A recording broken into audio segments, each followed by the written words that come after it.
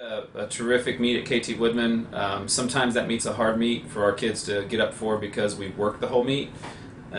Putting on a meet of that size, 2,600 athletes, 120 schools that were here over the course of 4 days is a big undertaking. But our kids really did a good job in not only helping put on the meet, but in terms of competing well in the final couple days, and actually throughout the week with the multis. Our women had a really good meet. We won a bunch of events. We had a lot of personal bests and all-time list marks.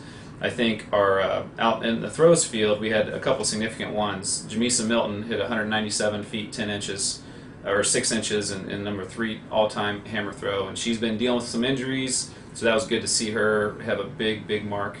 And then Sadie Soonram, who's maybe it's a little overshadowed in that throws group, but she's a terrific discus thrower, has been her whole career. She had a big PR. She threw 163.6 as number 3 throw in school history. We've had some really good discus throwers recently. So that's fun for a senior like Sadie to do so well at home in one of our last meets. We had some really good performances in the distance carnival on Friday night. Sydney Hirsch debuted in the 10K and ran the number 6 time in school history at 35:31.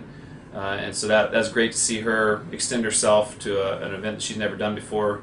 Kind of gives us some options as we're going to the conference meet to see what we want to put her in. And then Rebecca Topham had a great meet with winning the steeplechase and a debut for her as well in 10:41, which put her in the all-time top 10 list here. And then came back on a windy Saturday and won the 800 in a come from behind fashion. So she's really starting to kind of get going, and I think you're going to see some great things from her in the next few weeks. And I know Coach Hunter has been excited about her workouts, so we're hoping as we go through the next couple of weeks you'll see what she can do. And again, a girl that we can do a lot of different things at the conference meet, and it's a good problem to have. Not quite sure where to put her.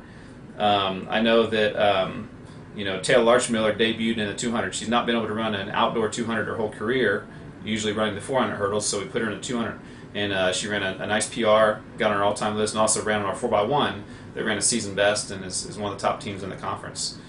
So overall, a real good weekend for the ladies. We had a terrific heptathlon early in the week with several PRs too, and I think that our ladies needed a good weekend, and we got that. So hopefully that's something we can just build on as we go into the next couple weeks with the ladies track team. So the men had an outstanding meet as well. I kind of think, like starting with the women, the hammer guys kind of finally got going.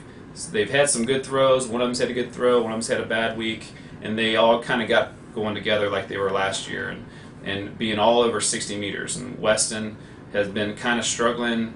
Had a big breakthrough this weekend and threw around 206. Skylar was right behind him.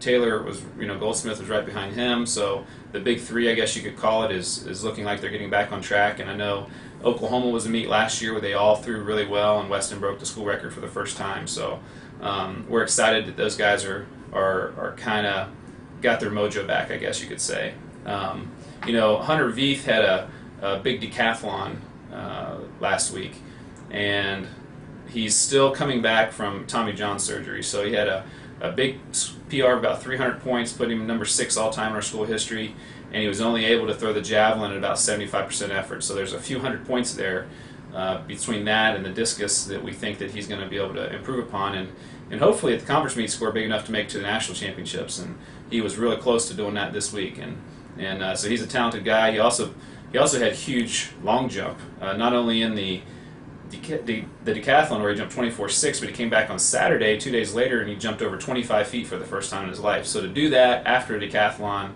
was really impressive, and so he has put himself in position to really help our team at the conference meet and hopefully get himself to the national championships. That 25-foot mark will get him to the first round of the NCAA as well. So he's developing rapidly this year and finally healthy, and he can hopefully help lead us to a conference championship in a few weeks. Austin Corley is a kid that almost won the 400 hurdles, just barely got edged out, but ran another personal best and moved him up to number 8 all-time in school history in the 400 hurdles. He ran 52.45. And he's part of this freshman class that's been talked about a lot, and they're doing well and kind of the next wave of Shocker track and field greats. And so he's a guy that redshirted indoor and didn't get as much attention early on, but now is really starting to show his true colors in his main event in the 400 hurdles. Chase Pope, it was fun to watch him throw the javelin on Friday night under the lights. Had a big PR, just barely missed making our top 10 list. He's just a couple inches away. But local guy, conference champion in the javelin. Obviously, we've got great javelin throwers, and so with him and Dylan Reimer and Damian Odell, and there's more guys than that are all battling to be in the top 8 in our conference. And so Chase was the one that had the best weekend, and with a nice PR out there under the lights. And so a real good overall meet for our guys, and we appear to be a strong favorite in the Missouri Valley right now. Not that we can rest on our laurels, but I think that we're going to be a tough team to beat, and especially if we're hitting on all cylinders, I think it's going to be a team that is going to come at you at every single event. And so we're excited that we had good distance running on Friday night. We had good multi-events. We had sprints, hurdles, jumps. Everything kind of was really nice and solid at our meet. And we know that the next few weeks are the most important ones for our guys' team to stay healthy and really keep focused as we head towards the NBC Championships. And so the Shocker men were ranked number 4 in the U.S. Track Coaches Association regional rankings, the Midwest region. Midwest is a big region. They divide these up by the cross-country regions they have in the fall, and the Midwest has a lot of great schools, and pretty much all the Big 12, a lot of the Big 10 schools, and obviously some Missouri Valley schools, and even some other smaller Division I schools. And our men, with the power of our KT Woodman meet, we moved up to number 4 in that ranking, and that's a really high ranking, one of the highest ones we've had. We've been higher maybe for a week or so, but at this late point of the season, I'm not sure we've been this high. And I think it just goes to show how good our men's track team is right now. And I mentioned earlier, if we are hitting on all cylinders as we head to the conference championship, we're going to be tough to beat, but we're also going to have a lot of people qualified to the first round of the NCAA championships. And you can look through our list of how many people we have ranked in the top 48 right now. It's about 24, and we usually get about 15 to 20 athletes to the first round of the NCAA meet, and it looks like our men, we may get 15 or so just men this year, and that's I think a terrific thing, and should bode well for both our conference championship and the first round of the NCAA. And one of those guys that obviously is leading the way for us is Jared Bellardo. He had maybe the best weekend of his career in a Shocker uniform. He's had some really good ones already, but he jumped 25.4 in the long jump for an outdoor PR, and then came back and won the triple jump. It was a really good competition. He won the triple jump, jumped to career best 52.6.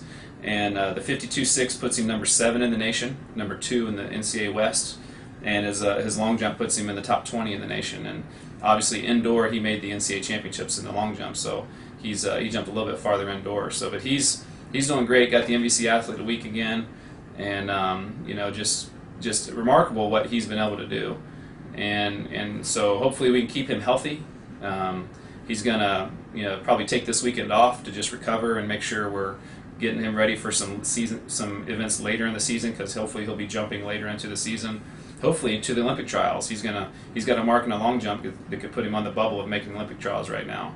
But before those goals, we've got the conference championship in a few weeks, and then the NCAA qualifications start coming up. So Jared's doing great, and it's fun to watch him. And every time he gets on the runway, something good's going to happen, and it's fun, especially when he got competitive in the battle with, I think it was a kid from Iowa Central, and they were tied going into the last round, and Jared won on his last jump. So that's shows a terrific competitor that Jared Bellardo is, and we're just happy he's going to be on our team for the next 4 years.